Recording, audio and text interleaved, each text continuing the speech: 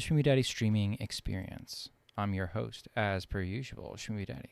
In case the first time you're watching the stream, the VOD, or the video on YouTube, I'm a monthly Hearthstone Wild Legend player who typically hits Legend first of the month, and after that I goof off. And when I goof off, I play your decks. But tonight I'm not doing that. Tonight I have 3 separate events that I'd like to do real quick. First things first, I'd like to give a meta report. Just sort of updating from where we are a couple weeks in to the meta since the big changes nuking Seedlock. Essentially, we've got, statistically, if you look on Donkey, 4 or 5 decks that really stand out. The first one, win rate-wise, is Extra Large Shadow Priest. No real shock. The noob deck continues to smack. I've updated my list a little bit. I took Corb's list and I cut Pip, the Potent, because I found I wasn't getting enough Pippy value for 3 mana. I don't know where she is. She copies 1-cost minions. I thought it was great when it worked. When it didn't work, it felt very mid. The other card I cut was Serena Bloodfeather. Now, in part, I have a hatred for Serena Bloodfeather. And if you knew earlier Schmoopy, or earlier Schmoopy, was the kind of guy to do every achievement under the book. And what you had to do with Serena Bloodfeather was you had to not only target an opponent's minion and have her effect trigger, but then you had to strike that minion with Serena Bloodfeather and kill the minion. It was fucking terrible, and I hated every minute of it. And I hated myself for doing all the achievements, but it was a thing that we did, right? And so I cut her, and I put in its place 2 sing-along buddies. Again, that was Pip the Potent I cut and Serena Bloodfeather. They're commons. They're cheaper. They have gigantic butts. It's a 1/4 sticking around in a Void Touch deck. So the fact that they're just going to sort of stick around and just keep sort of pinging off damage, I very much enjoy. And the double hero power is not worth. It's not to be sort of sniffed at. So I don't hate it, especially when you combine it with Papercraft Angel. I've been impressed by this card when my opponents have played it against me. So I'm going to give it a shot in my deck. I brought this to THL, got a win with it. I like it. If you don't have Naren Sooth Fancy, I think he's good. I think his upside's very good. If you don't have him, no big deal. Cut him for another aggro card that you enjoy. Is Lothab totally necessary? Not really. Does he block like spell clears? Sometimes. Amathul is fantastic in this deck. I don't let anybody convince you that cutting Amathul is correct. I think Amathul and the Glowstone Gyre Worms 100% belong in here. Everything else I think comes down to some card choice. Do I have Neophytes in here? I don't have Neophytes in here. You could always cut like Lothab and Naren for 2 Neophytes if you want to. Or the sing-alongs. I don't know. This is all sort of the flex spot, right? And you can sort of decide what you want to do from there. But deck very good, looking very strong on HS Guru so far at all levels. Like the strongest deck. In some cases, like you'd say almost S tier, except we play too much Hearthstone to know that like this is not S tier. This deck can high roll you anywhere, but this deck is also very, very, very hateable. And so if you want to do anything like goofy in Wild, if you can beat XL Shadow Priest, you're in a really good spot. And there's a lot of decks that can beat that deck. I'm going to showcase, not my list, but Tom Carter's Hostage Mage list. He hit Legend with it today. It looks like he does not run the Gold Panners. He's running 2 Heat Waves. He's running 2 Shacks. He's running Norgamemnon, which you guys, I know it's not his name. I know it's Norganon, but shut up, chat. Chat loves this card. They've fallen over it. There's no way to copy it, but Tom really likes it, so Tom's running it. Cool. Otherwise, it's running all the bells and whistles of normal Hostage Mage. What did he run for the last one? He's running Freezing Potion. It doesn't fucking matter. It doesn't actually matter what that third card is. You're never actually playing it. Dex looks good. No objections. Tom is objection-free. Okay, so Tom basically cut the objections and I think added a Heat Wave and cut Panners and has the Shacks and Norganon in there. Fair enough. Fair enough. Very polarizing deck at High Legend. At High Legend, you're playing a deck that can beat Hostage Mage or it can't beat a Hostage Mage, and it's really narrowing the choices up at the very top of the meta. I find Hostage Mage has not dripped down to the bottom of the meta nearly as much. In fact, I'm seeing BtXBBuTqBtzz's Draenei extra large secret mage with the fucking Velen package and Kil'jaeden and a Lunith.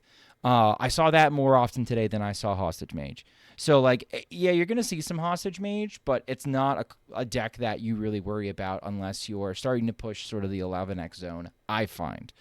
If you really just hate the deck in general and you just want to hate on it, some options you might have are it's looking like Reno Priest is doing okay into it. It's looking like Highlander Hunter's doing okay into it. It's looking like Reno Mage is doing pretty well into it. And I would showcase a Reno Mage as like another deck that's doing pretty well. Except, like, Reno Mage basically looks like Reno Hostage Mage, just, like, with some yellow cards and no duplicates. So, like, I take one of the Reno Mage lists that I've showcased in the past. Deck hasn't really changed. There hasn't been anything really huge as far as, like, leaps go. The other deck that I think has made a big jump in the meta is Libram Paladin. I'm seeing a lot more Librams cut the pure package, cut the pure raider, and go straight to non-pure. But not only that, they're looking for stuff like Cold Feet and Rebuke. I find these cards are almost useless, except when you're playing Hostage Mage, and they have Lanessa down, and all of a sudden they're playing Lanessa and dropping a Rebuke or dropping a Cold Feet, and completely cutting off your options as far as how you respond to a particular turn after they've popped block. These cards are basically your only hope into Druid, and these cards are your only hope into Hostage Mage. You could cut these entirely for better cards and probably do fine. In fact, is the only non-pure card in this list that I'm showcasing right now in Instrument Tech. It looks like the only card that is in this list is in Instrument Tech. There are no other neutrals. And that just tells you how strong basically all the pure cards are in this list, is that you could cut Instrument Tech, throw in Pure Raider, and this is a pure list, right? Just one copy of Divine Brew seems sus to me, but I just wanted to give you an example of where I see most Libram Paladins hedging now. They are experimenting more with Rebuke and Cold Feet. I think Myrmidon is a dog shit card to have one of copy in your deck. I don't think you run 2 copies. But this list got top 8 on the CN server from 78 with a positive win rate. Take it or leave it how you want to leave it, but this is sort of where people are experimenting right now. Big Shaman is Big Shaman. Win rate looks cracked. If you want to turn your brain off and play, you could do that. This particular list I built to hate on Librams. Ooh, where did that microphone go? For THL, because my opponent always brought Libram Paladin, so instead of Triangulate, I threw in Devolving Missiles. Nutty deck building. Deck's going to win. Deck's going to scam games. These are 4 safe meta decks. Again, net deck any Paladin, Libram Paladin build that's somewhat reasonable, that's aggressive, that's 30. I kind of like a Crusader's Aura in here, to be completely honest with you. That's a card that you can include instead of, let's say, Rebuke or Cold Feet. Or like you could just cut a Myrmidon or both and do something else, literally anything else. But, this is updating a little bit. Hostage Mage is pretty much the same. Shadow Priest is pretty much the same. Big Shaman is pretty much the same. So deck is kind of same old, same old. I kind of already said the stuff that was good is still good. I would still play Ysayle in this meta. I would still play Mali Druid in this meta. In fact, Mali Druid seems to be getting more and more popular as people realize, it looks like a really linear deck on paper, but instead, as you guys have seen me, as I've made content on it, it's actually really flexible and a lot of fun. So that deck's fun, and that deck kills from hand, and it's a Druid deck. That's doing well. I'm going to showcase instead 2 decks that I think have a possibility of breaking the meta, or if not breaking the meta, at least existing in the meta that you may not have played. One is KVLT's version of Miracle Rogue. I know, we all thought like Miracle Rogue is dead. Oh my god, Passage is 2 mana. Something that's kind of fun about this list that goes overlooked, the Space Rock Collector is a nasty, nasty card. Oh my goodness. The enabler to get dubious purchase down sooner, or the enabler to gone fishing on the same turn. The fact that you're playing more than one card in a turn to help facilitate early Frostwolf War Masters or Scribbling Stenographers, this deck dumpsters Libram Paladin. If you hate Libram Paladin, if you learn this deck is very, very good at dumpstering Libram Paladin.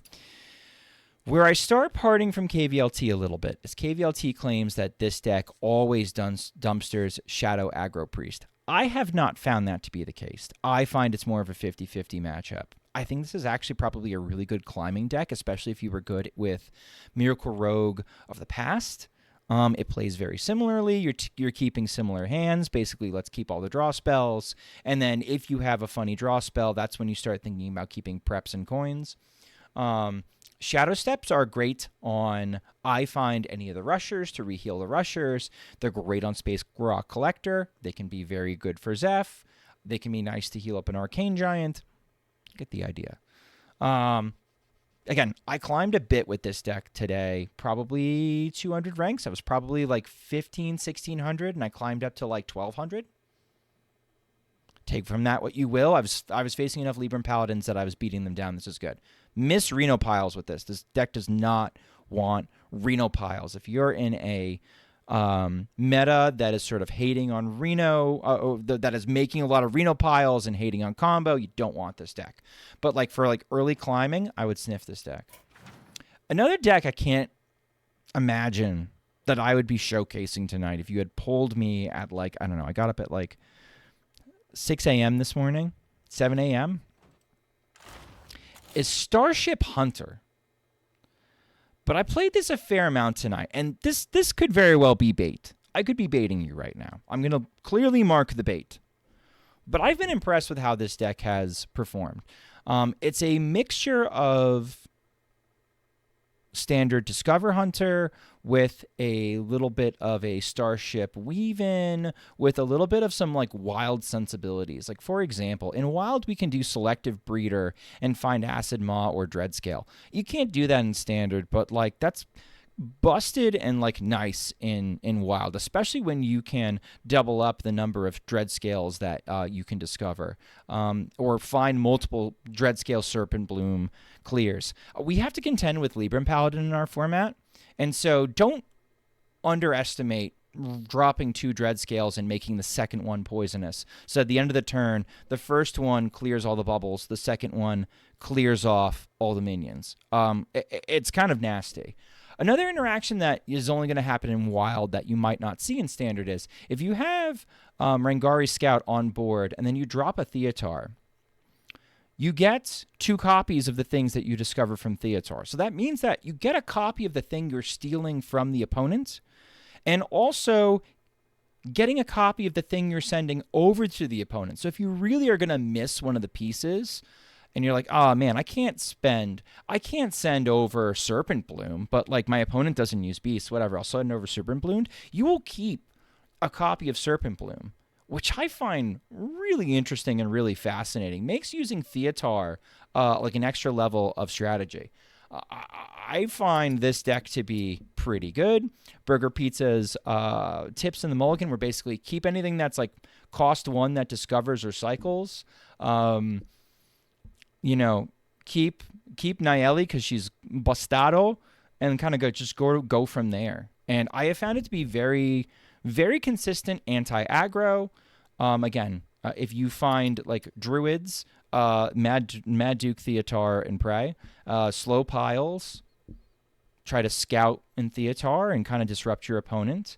But you basically make a lot of like neat little waves of pressure and a lot of neat little value, and you can kind of control your way to Legend. I think this is a really decent like off-meta deck that you could try if you have all the pieces. And that's kind of the nice thing is, if you're a Standard player, you probably have a lot of these cards already. You probably admittedly don't have Acid Maw and Dreadscale, but like if you've been paying attention to Wild at all and you're a Hunter player, you probably have been crafting Dreadscale because it's been helpful one way or another. So if you're close to this deck, I suggest giving it a try. If you have to craft a lot for it, don't. But this could be. I'm considering trying to climb with this a little bit on day one. It's been that good into aggro for me. So, brief meta report. Not a lot of yapping. Basically, the stuff at the top is still the stuff at the top. I've changed a little bit on the builds. I've shown you the trend as far as where Libram Paladin has been going recently and what people have been trying and what's been effective into the meta. And I've given you even 2 off-meta decks that you can try on the side, which may be bait, but I've had some recent decent success with them where I'm a believer at this moment in time. So if you enjoy this content, consider liking, commenting, and subscribing on YouTube. And if you practice, Merry Christmas. And to my Hanukkah enjoyers, Happy Hanukkah and Happy Holidays to everyone. I hope everyone stays happy and healthy.